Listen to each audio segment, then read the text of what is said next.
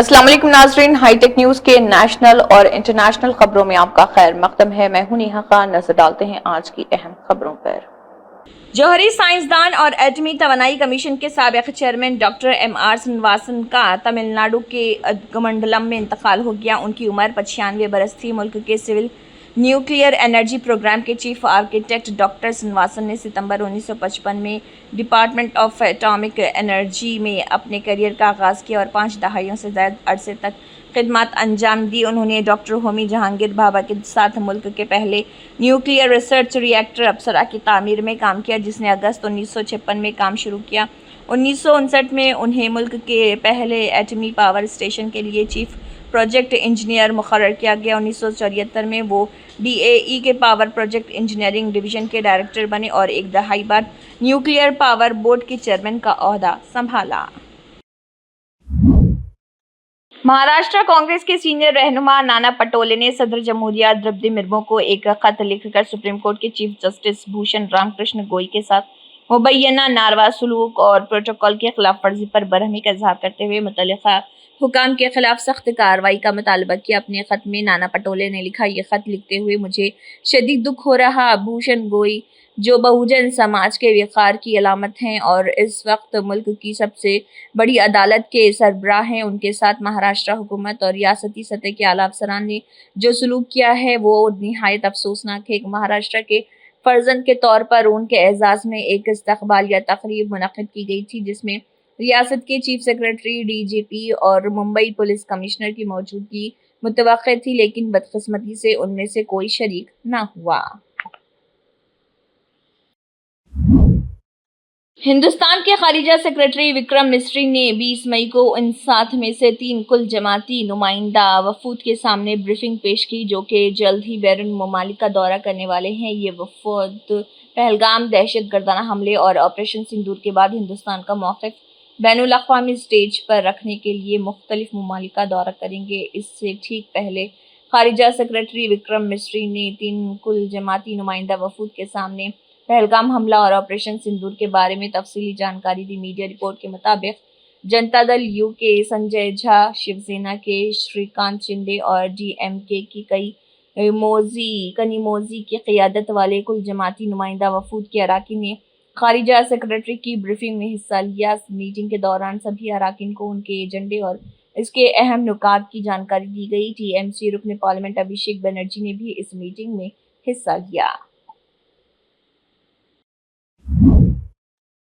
Bahujan Samaj party BSP की सरबराह और उत्तर प्रदेश की साबिक़ वज़ीर आला मायावती ने रियासती हुकूमत की जानिब से मदारिस के खिलाफ हालिया कार्रवाइयों पर शदीद तनक़ीद करते हुए कहा है कि योगी हुकूमत का रवैया गैर मुनसिफ़ाना, गैर ज़रूरी और तालीम दुश्मन है।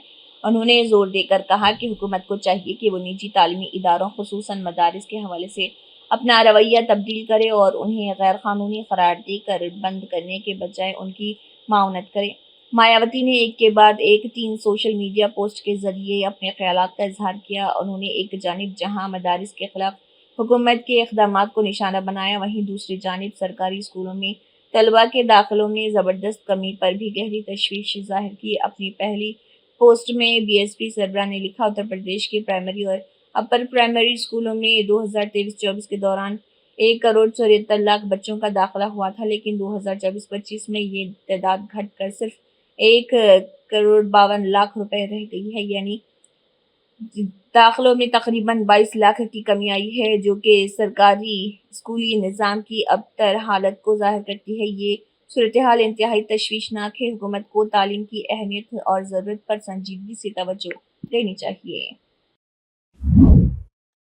इसराइल ने गजा के लिए जाने वाली मदद को जुज़वी तौर से मंजूरी दे दी। गजा जाने वाले रास्तों से रुकावट को हटा दिया है। इस दरमियान यूरोपीय मुल्कों समेत 22 ममालिक ने इसराइल के खिलाफ यकजा होकर बयान जारी करते हुए मुतालबा किया कि वह गजा को मिलने वाली मदद में किसी भी तरह की रुकावट पैदा ना करे। गौरतलब है कि इन मुल्कों में एक भी इस्लामी मुल्क नहीं जो खुले तौर पर फ़लस्तीन का साथ देते रहे हैं और इसराइल के सख्त मुखालिफ हैं। बिला रुकावट गजा में मदद पहुंचाने का मुतालबा कर रहे मुल्कों में जर्मनी और फ्रांस जैसे यूरोपीय मुल्क शामिल हैं। वहीं जापान भी इसका हिस्सा है। बरतानिया और न्यूजीलैंड ने भी इसराइल से मुतालबा किया है कि गजा के लिए दी जाने वाली मदद में کسی بھی طرح کی رکاوٹ پیدا نہ کی جائے۔ اسرائیل کے خلاف جن ملکوں نے مشترکہ بیان جاری کیا ہے ان میں Australia, Canada, Denmark, Estonia, Finland, Iceland, Ireland, Italy, Japan, Latvia, Lithuania, Luxembourg, Netherland, New Zealand, Norway, Portugal, Slovenia, Spain, Sweden اور برطانیہ جیسے ملک شامل ہیں۔ مہاراشٹر میں مہایوتی حکومت کی کابینہ میں توسیع ہوئی۔ کابینہ توسیع کو لے کر راج بھون میں منعقدہ ایک تقریب کے دوران این سی پی اجیت گروپ کے قد آور رہنما چھگن بھجبل نے وزیر کے عہدے کا حلف لیا۔ تقریب میں مہاراشٹر کے وزیر اعلیٰ دیویندر فڈنویس، نائب وزیر اعلیٰ ایکناتھ شنڈے اور اجیت پوار بھی موجود رہے۔ چھگن بھجبل کو این سی پی گروپ کے کوٹے سے دھننجے منڈے کی جگہ وزیر بنایا گیا۔ منڈے نے مارچ 2025 میں صحت وجوہات کا حوالہ دیتے ہوئے خوراک اور سول سپلائز کی وزارت سے استعفیٰ دے دیا تھا۔ وزیر کے عہدے کا حلف لینے کے بعد چھگن بھجبل نے ذرائع ابلاغ کے نمائندوں سے بات کرتے ہوئے کہا کہ میں 1991 سے وزیر بنتا آ رہا وزارت داخلہ سمیت کئی محکموں کی ذمہ داری سنبھالی ہے۔ مجھے کسی خاص محکمے کی لالچ نہیں، جو ملے گا وہ ذمہ داری سے ادا کروں گا۔ انہوں نے کہا کہ آل از ویل اور سبھی سینئر رہنماؤں کا اظہار تشکر کیا۔ मी छगन चंद्रकांत भुजबळ गांभीर्यपूर्वक प्रतिज्ञा करतो की कायद्याद्वारे स्थापित झाले आहे अशा भारताच्या संविधानाबद्दल मी खरी श्रद्धा व निष्ठा बाळगेन। मी भारताची सार्वभौमता व एकात्मता उन्नत राखेन।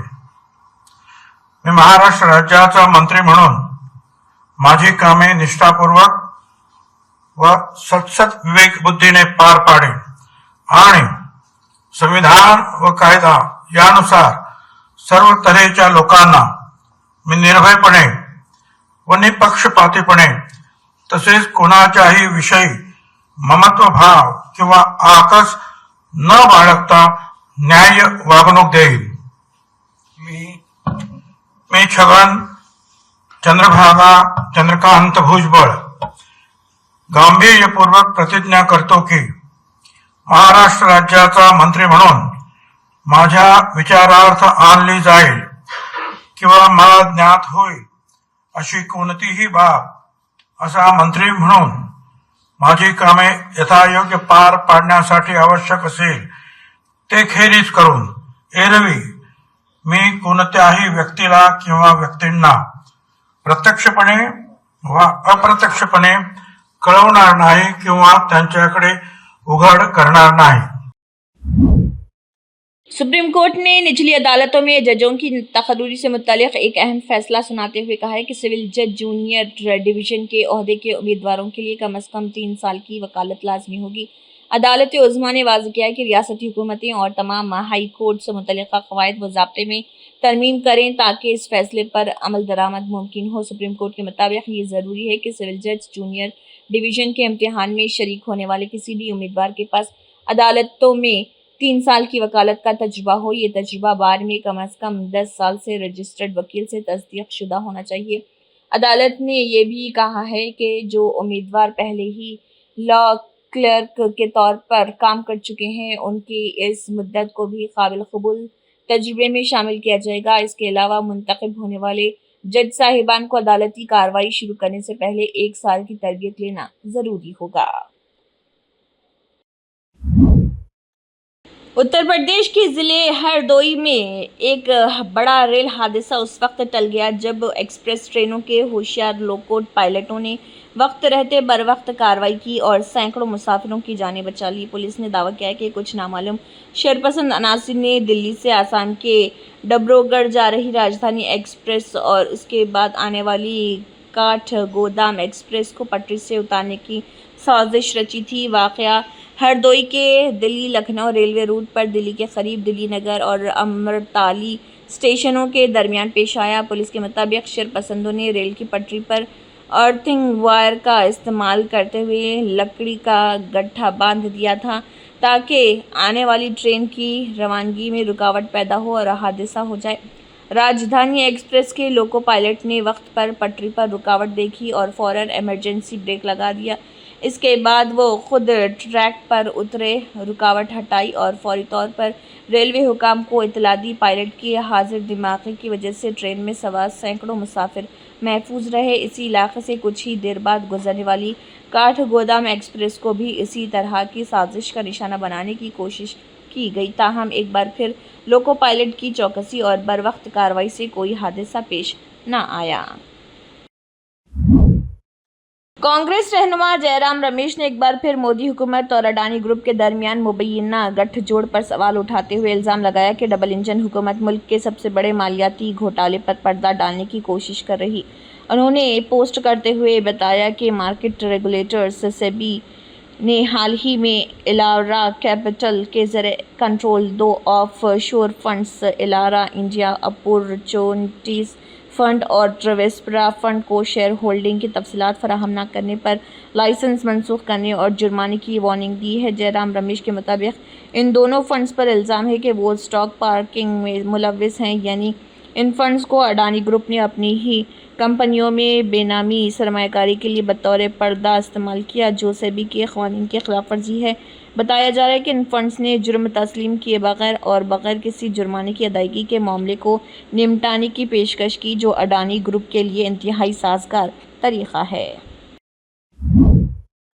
چنئی کے ریجنل ویدر سینٹر نے تمل ناڈو کے کئی اضلاع میں اگلے چند دنوں کے دوران شدید بارش کی پیش گوئی کی ہے۔ محکمہ موسمیات کے مطابق ریاست میں قبل مانسون یعنی پری مانسون بارشوں کا سلسلہ جاری ہے، جس کے نتیجے میں کچھ مقامات پر موسلا دھار بارش دیکھنے کو مل رہی۔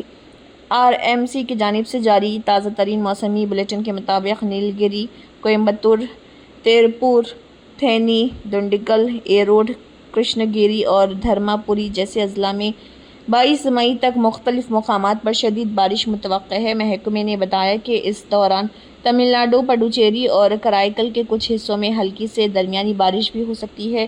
یہ اندازے ایسے وقت میں سامنے آئے ہیں جب ریاست کے کچھ علاقوں میں گزشتہ دنوں وقفے وقفے سے پری مانسون بارش کا مشاہدہ کیا گیا۔ بہار کے سابق نائب وزیر اعلیٰ اور اپوزیشن لیڈر تیجسوی یادو نے مرکزی وزیر داخلہ امت شاہ کو خط لکھ کر نیم فوجی دستوں کے جوانوں کو مساوی حقوق و سہولیات اور جاں بحق ہونے والے جوانوں کو شہید کا درجہ فراہم کرنے کا مطالبہ کیا۔ انہوں نے اس خط کی ایک نقل سوشل میڈیا پر بھی شیئر کیا ہے۔ تیجسوی یادو نے اپنے خط میں لکھا کہ فوج اور نیم فوجی دستے جیسے CRPF، BSF، ITBP، CISF، SSB اور آسام رائفل سبھی ہندوستان کی یکجہتی، سالمیت اور خود مختاری کی حفاظت میں اہم کردار ادا کرتے ہیں۔ ان کے مطابق جب یہ جوان شہید ہوتے ہیں تو ان کے ساتھ اور ان کے اہل خانہ کے ساتھ انصاف نہیں ہوتا۔ انہوں نے لکھا کہ یہ افسوسناک اور قابل غور حقیقت کہ فوجی اور نیم فوجی شہداء کے درمیان حکومت کی جانب سے دی جانے والی مراعات، معاوضے اور عزت میں نمایاں فرق پایا جاتا ہے۔